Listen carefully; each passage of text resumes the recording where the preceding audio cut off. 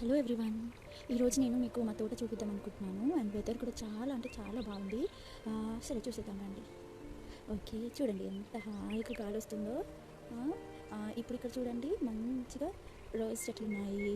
And ఇంకా కొంచెం ముందుకు వెళ్తే బ్రింజాల్ వంకాయ చెట్లు ఉన్నాయి. వంకాయలు కూడా కాసాయి చూడండి, రెండు మూడు ఉన్నాయి.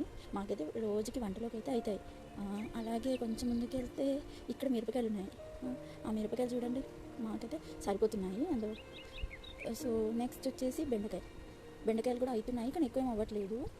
చూడాలి అవుతాయో, ఇంకా వాళ్ళతో ఉంచాలా తీసేయాలా చెట్టు అనేసి. నెక్స్ట్ ఇంకా గేట్ బయట అయితే మా కాకరకాయలు అయితే చాలా కాస్తున్నాయి. అది నల్ల కాకరకాయలు అంటారు కదా, అవి అయితే కేజీ వచ్చాయి మొన్న.